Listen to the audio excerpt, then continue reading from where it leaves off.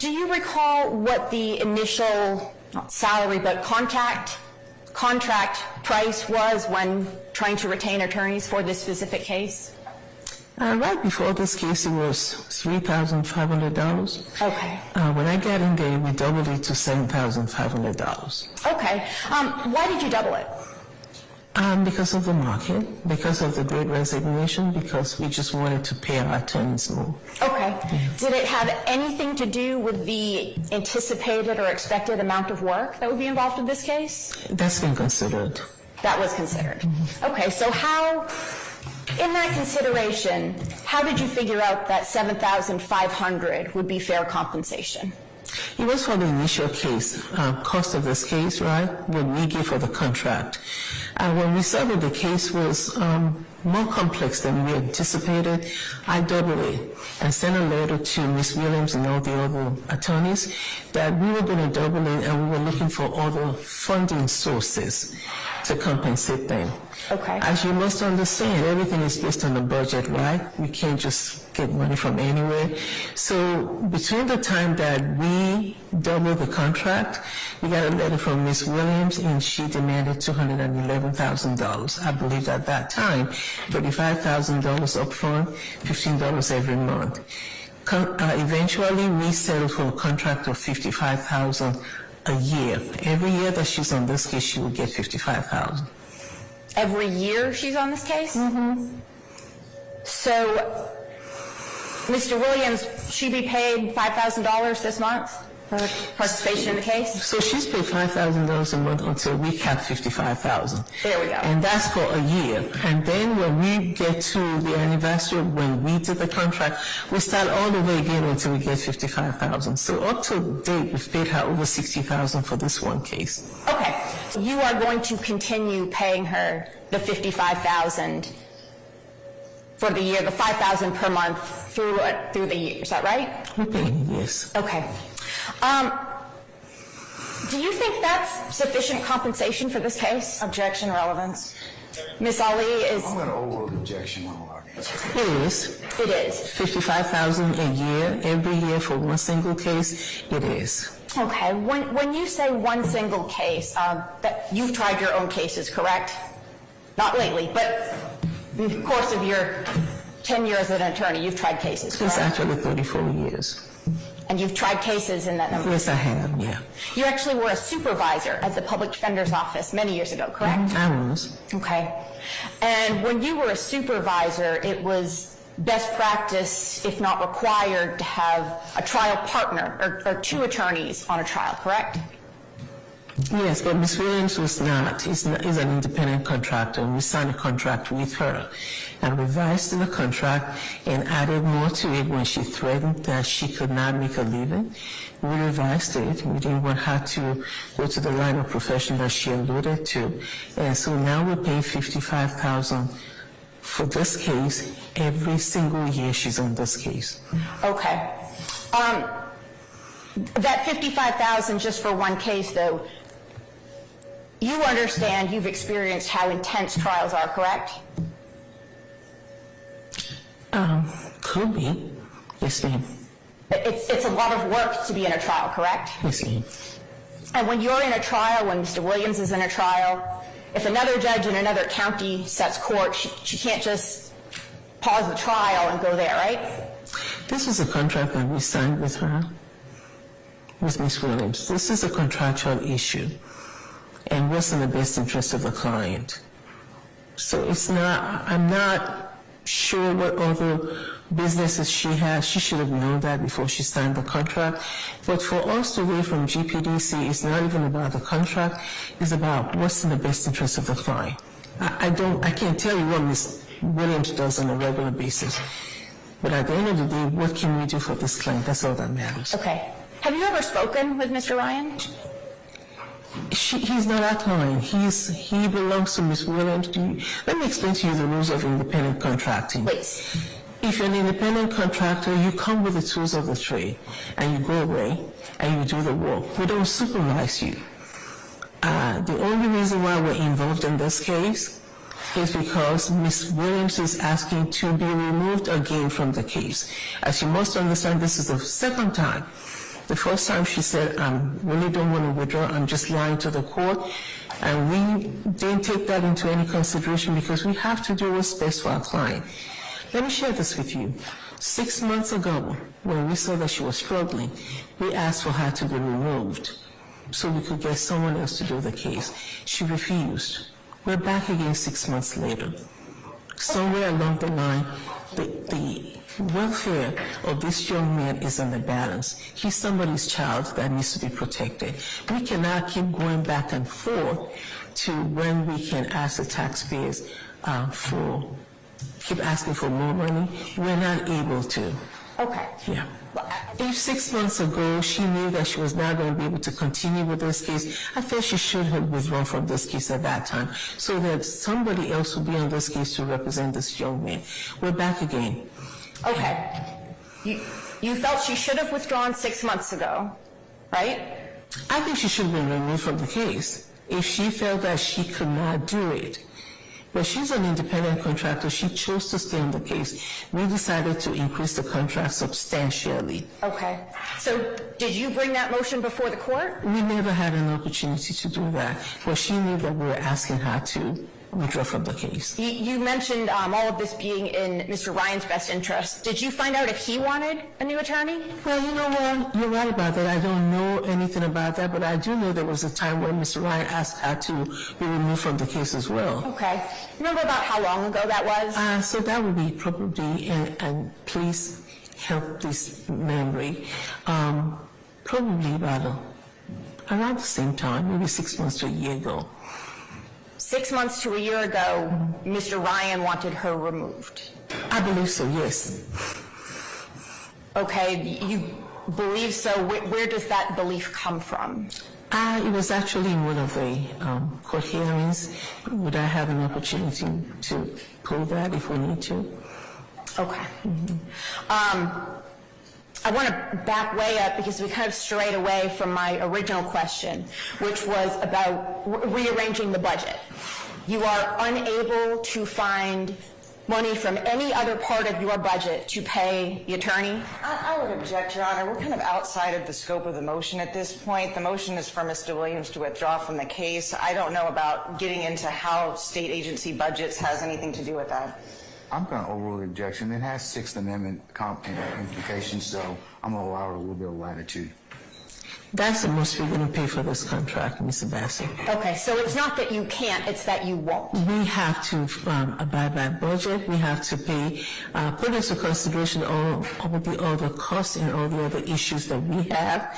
The only important thing here is providing effective assistance of counsel to Mr. Ryan. I agree. And the question is, if we have to pay Ms. Williams, what she's demanding at that time, I think was $200 a year, this agency will not be able to do that. Well, right now she's demanding to have a discussion, right? That's what she's asked for. We're not going to entertain that discussion anymore. We had one 6 months ago when she indicated that she really did not want to withdraw.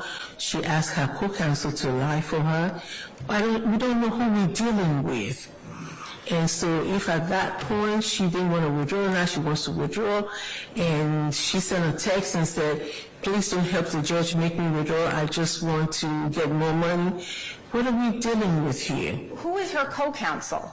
She sent that text to all the other attorneys on the case. Who is her co-counsel?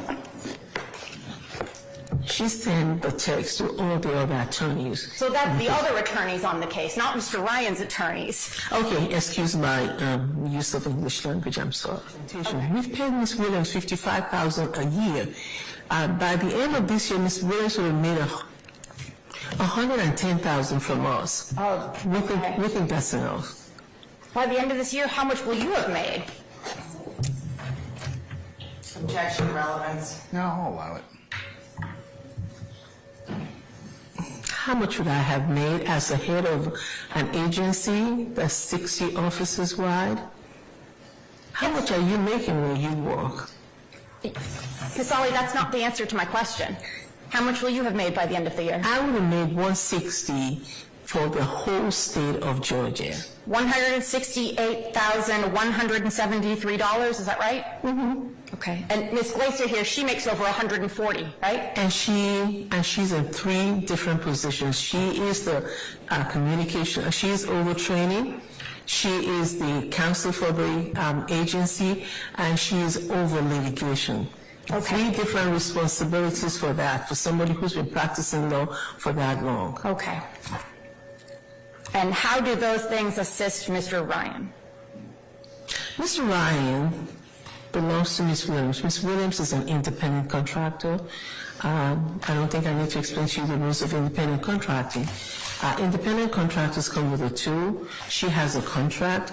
We're paying on the contract. She's going to make $110,000. That's all this agency will fund for that contract. And so at the end of the day, we are not going to increase that contract. Okay. But what's of utmost importance that we're not paying attention to here is Mr. Ryan. At the end of the day, how can we make sure that he's protected? How can we make sure that every 6 months we don't have another stunt or scheme to get more money from the taxpayers? We cannot continue to play this game. This is a game. Bless you. What about paying her a fair hourly rate for her representation? We had a contract. If she's no longer able to do the contract, we will respect the judge's decision. Okay. What's fair, not fair, what Ms. Williams needs to fund her lifestyle, what she needs to do later on with her lifestyle, I don't know. Okay. All I know is that we gave her a contract, we doubled it, we found more money. She asked us for what we at that time we thought was a little bit out of range. 200 and something thousand she demanded. That's a shakedown of taxpayers. We can't do that. But what's important is what's in the interest of Mr. Ryan, and to make sure that he's not lost in the balance of this game. Okay. And so we're not going to pay Ms. Williams more than $55,000 a year as long as she's in this case. At this point, we've paid her about $60,000 for this case. That's all we're going to do. We have other considerations. It's a balancing action for me. Ms. Williams is not the only lawyer we have to pay.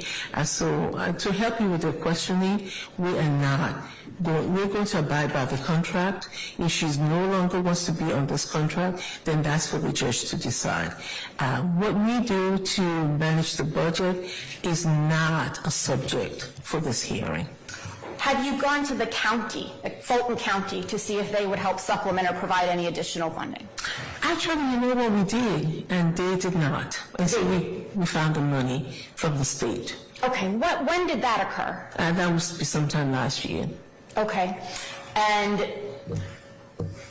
I don't have a good way to, how did you go about doing that, or who did you contact? How did you go about seeking additional funding? That's a good question. So I wrote letters, several letters to the county manager, to the county manager, to the deputy county manager. We went to Fulton County Court. We went to the Superior Court. We did everything to get support, to get money. Eventually, we found it in our budget to pay out that $55,000. Okay. So we did all of that. So you went everywhere in the county and they just said, no, we won't provide additional money? They did not provide the funding that we asked for. Okay. Aren't they providing their own funding now to attorneys where your office has not appointed them in a timely fashion?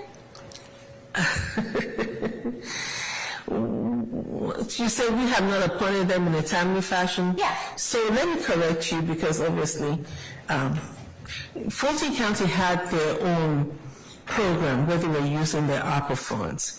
And they said they would be able to help with their cases. And we sent them a lot of cases, and when they could not find attorneys for those cases, we took them back. We provide attorneys in a timely fashion. If you're referring to the Superior Court program, we give them those cases because they had ARPA money that they wanted to use to fund their own backlog. Eventually, they could not find attorneys for those cases, and then we took them back. So we provide attorneys in a timely fashion. Maybe you're referring to another agency. Okay, so there weren't people sitting in jail for months and months and months or years even without attorneys to represent them? Is that what you're saying? I have no idea what you're talking about.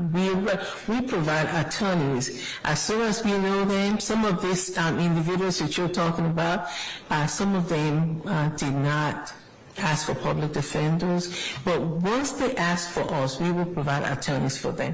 And I think that's totally out of the scope of your questioning. So where, as in this case, you could find an attorney for someone, Mr. Williams, did you ask the county to assist in paying her? Objection asked and answered. That's the question. I just told you, yes, we did. You made that specific request for Mr. Williams? No, we made a request to support, at that time, to support the 4 or 5 attorneys that were still on this case. And at that time, we made that request. Today, we've been able to find the funding to pay her what we're paying her. Okay. And Ms. Abbasi, if this will help you, the agency will abide by this contract, and that's all we're able to do. Okay. So when she comes to you and says, I have a conflict, how are we going to address this? How are you going to address this? Objection calls for speculation. I'll overrule it because this is the hardest part of the question, so the conflict. So I'm going to overrule it. If the conflict means that she wants to breach her contract after what we're paying, then that's what I think the court has to address. I cannot address personal conflicts. Cannot.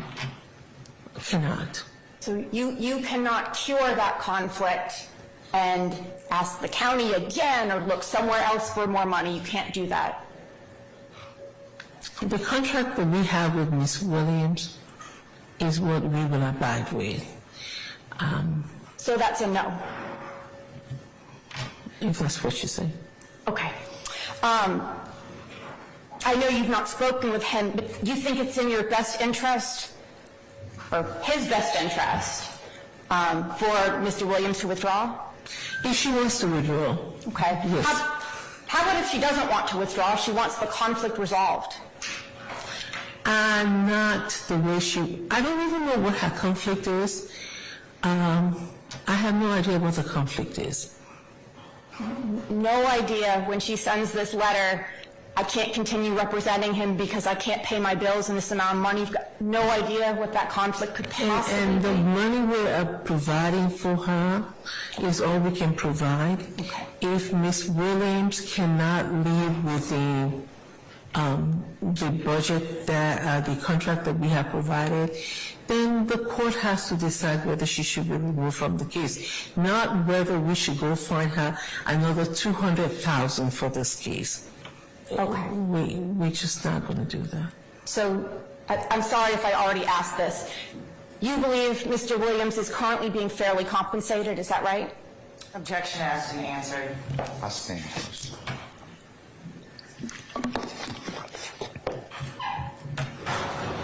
I think I've answered you. Okay. The question. All right. So kind of in totality, we've not really come up with a plan to cure Mr. Williams' conflict. What I'm hearing you say, correct me if I'm wrong, is kind of, this is what she agreed to, this is what we're sticking with. Kind of she made her bed, she can lie in it. Is that about right? This is the contract that she signed. This was the funding that the state put towards that contract. This is the decision for the court to decide whether she's going to be let out of the case. And at the end of the day, our responsibility is to make sure that Mr. Ryan's interest is being protected. Okay. Yeah.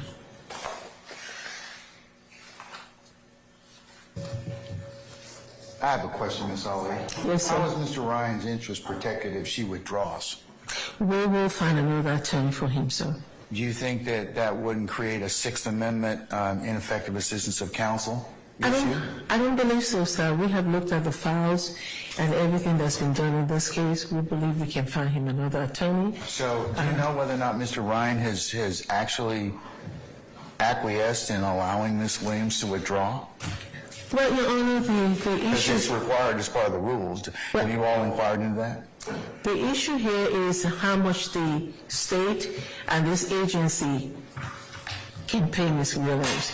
And Ms. Williams, like according to her last demand, was $211,000. If we cannot afford it, then it becomes a different issue. Okay, well, your contract aside, okay, and I'm certainly not trying to interfere with that. But if Ms. Williams withdraws and you say you're in a position to appoint another lawyer, you're going to pay that lawyer, right? The same amount of money, sir. $55,000? Yes, sir. So how come you couldn't just renegotiate with her and go ahead and extend that particular issue, just extend this contract? We will continue to pay her the same $55,000. We're committed to that. We'll pay $55,000 a year. By the end of this year, it will be $110,000 that we would have paid her. We're committed to that. Okay, so let me see if I understand it correctly. So you pay her $5,000 a month, so she'll get paid $5,000 a month through the end of this year? Once it's capped at 55, gets to the anniversary of her engagement with us, we'll start it all over again. Okay, when's she going to run out of, when she basically, is the $55,000 going to be exhausted? I am not sure. I believe we paid her right there about $60,000. We don't have a cap on the contract. It's a yearly cap of $55,000, but if it goes on for 5 years, we would continue paying $55,000 a year. Is there any delay in payment in terms of, like, for example, if I exhaust the $55,000, would I go for several months without pay until my new contract kicks in or the anniversary date kicks in? How does that work? I believe it would be 1 month without the $5,000 because it's $55,000 for the year, so I think it's 11 months of $5,000 payments. The payments have pretty much been every month except for at the beginning because of the way that we spread out. We paid the $15,000 that she got was deducted from the way that the contract works. So I believe that there's 1 month that she wouldn't be paid and then it starts over again. Okay.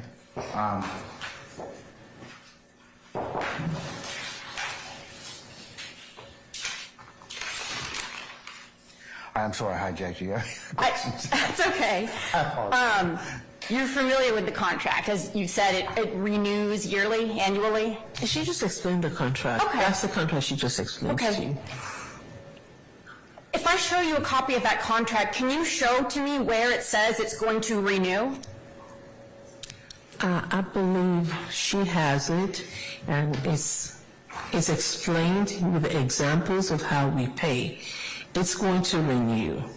Okay, but this contract we're relying on says $5,000, this is starting last year, April, and every other month thereafter until the cap of $55,000 is reached or the trial ends, right?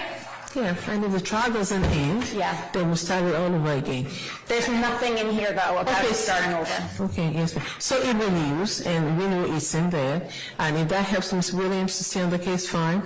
If that doesn't, agency is not willing to not abide by the Can I contract. see the contract? Yes, Your Honor, absolutely. Is the or disjunctive in the sense of, since if the trial's not over, she's still going to get paid, Ms. Ali? As long as this trial is going, we will continue to pay her.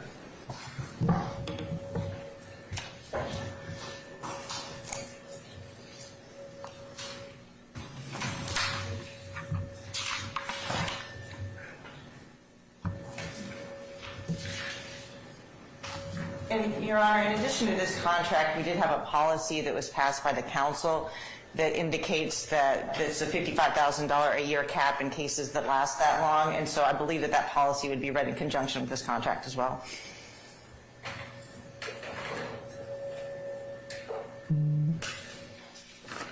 All right, can we get a copy of this as part of the record, please? Yes, Your Honor. Okay, and what was the policy? You said, Ms. Ms. Glazer, there's a policy, because this paragraph, compensation for services, in pertinent part you all just referenced, says that she's paid $5,000 April and every month thereafter until the cap of 55 is reached or the trial ends. So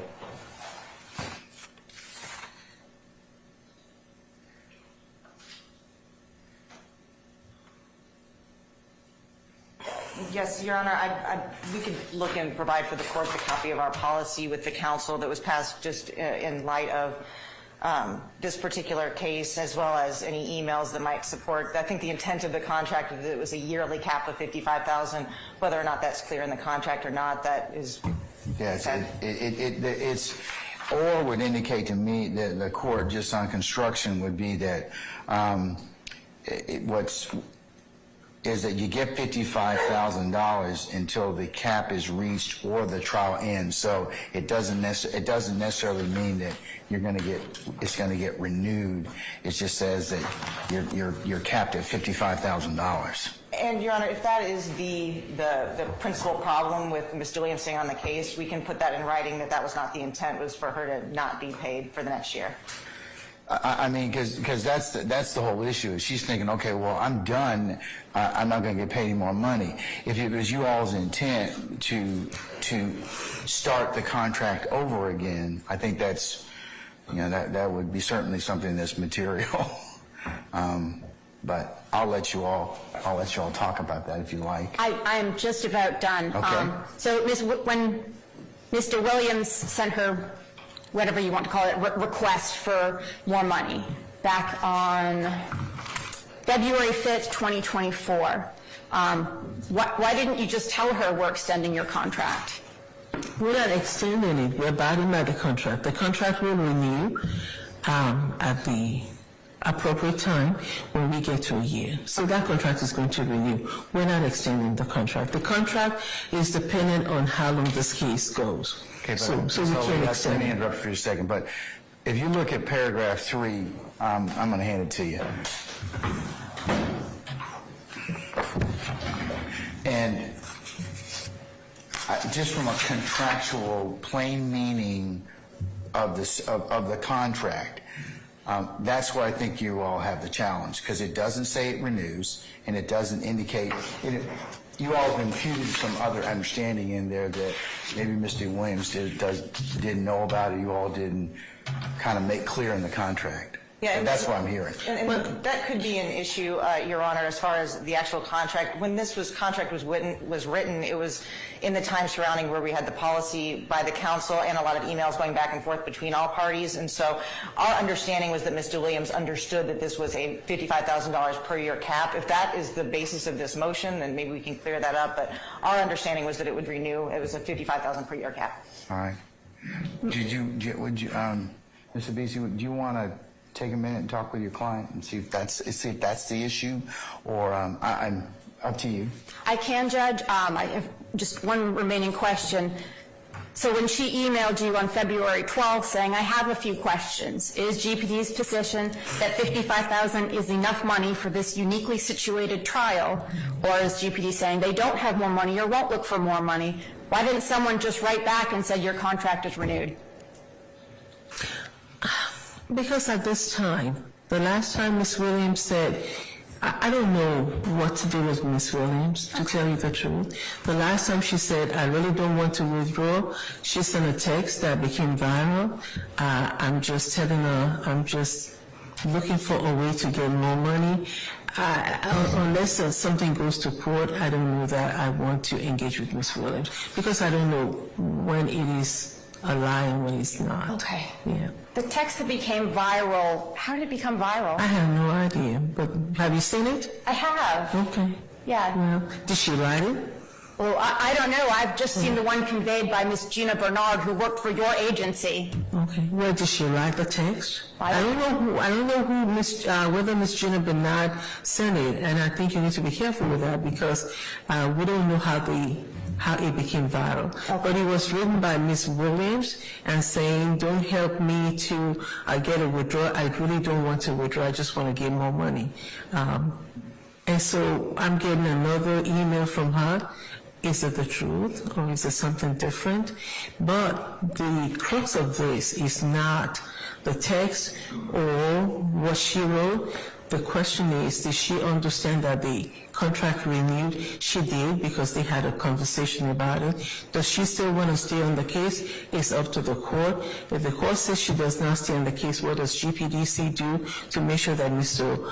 Ryan, who in the past had asked for her to be removed, can we get another attorney for him? We will. Have we looked at the record to see what she's done? We have.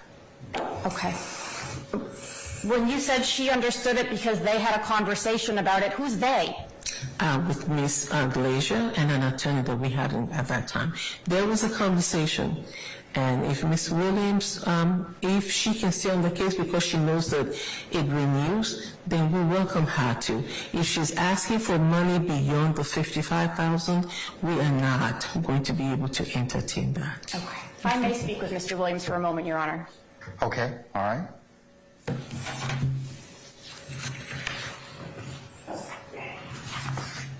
Yes, Your Honor. And I'm going to ask, immediately stop me if I say something which is incorrect.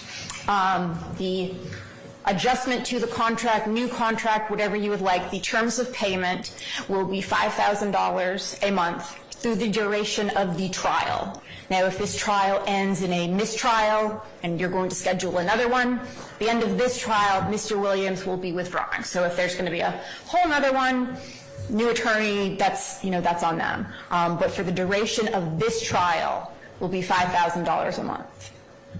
Did I get that right? Yes, Your Honor. We still, would want her to formally go through the process of withdrawing as an attorney would. We are just telling her that, typically our expectation with any private attorney is that they stay with the case throughout the duration of the case, regardless of if there's a mistrial, that they would stay on. We understand in her particular circumstances, we're not going to object or have any issue with her withdrawing once this trial is completed, if that's what she wants to do, and her client's okay with that. Yeah, of course, there's some other variables that need to be addressed, so we can cross that bridge when if we get to it. And go ahead. There was one other thing that Ms. Glazer and I were discussing that we've given you what we agree upon today. Okay. One thing I'm still discussing is, as in the statute, GPDC can come to the county and ask for additional money. That for perhaps some of the parts of the trial where it would be extremely beneficial for Mr. Williams to have another attorney with her, if the GPDC at that point would be willing to ask the county to step in. And it would be up to you all. You said, no, yes, no, that's up to you guys, but they would ask for that. And we've not been able to agree upon whether they would be willing to make that we will request portion of the agreement. Yeah, I mean, we can certainly look at that. That's, of course, through Superior Court Administration, and it's not in the realm of reality for an ask, because as you all pointed out, Mr. Williams is the only attorney on representing Mr. Ryan, and that poses some challenges in and of itself. And this case has gone on a while, and it's not a marathon. It's not a sprint, it's a marathon. So yeah, so you do need to I could see some situations where it would be helpful for her to have some support. Okay. So, if that's something you all wish to explore, we certainly, from the Superior Court side of the administration, we'll certainly see what we can do to facilitate that. Yes, Your Honor. And I will tell you, Your Honor, that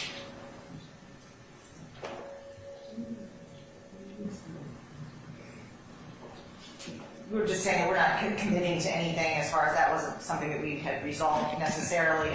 We are going to have a separate conversation with Mr. Williams after court as far as what support we could potentially provide outside of what we're agreeing to today. Yeah. Okay, that's fine. Yeah, that's just an additional thing we are discussing. We have put on the record what is agreed upon. So what you've agreed upon, just to make sure I understand, is that you will you'll reform the contract to reflect your understanding that it's $55,000.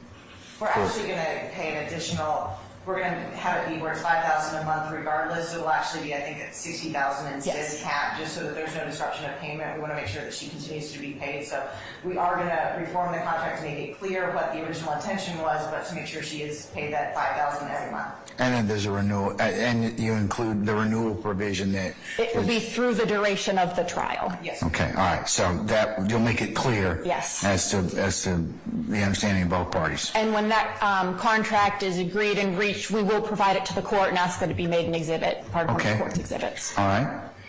Okay, well, in terms of if you all have come to an agreement, then I will certainly, at this point in time, I'll deny the motion to withdraw, okay? Thank you, Your Honor. Okay, all right. Ms. Glazer and Ms. Abbasi, can you all have me a suitable order, I'd say, by next Friday? Y'all think you could do that for me? I think so. All right, okay, all right. Then unless there's any other business, we'll be in recess, okay? Thank you. Okay, all right.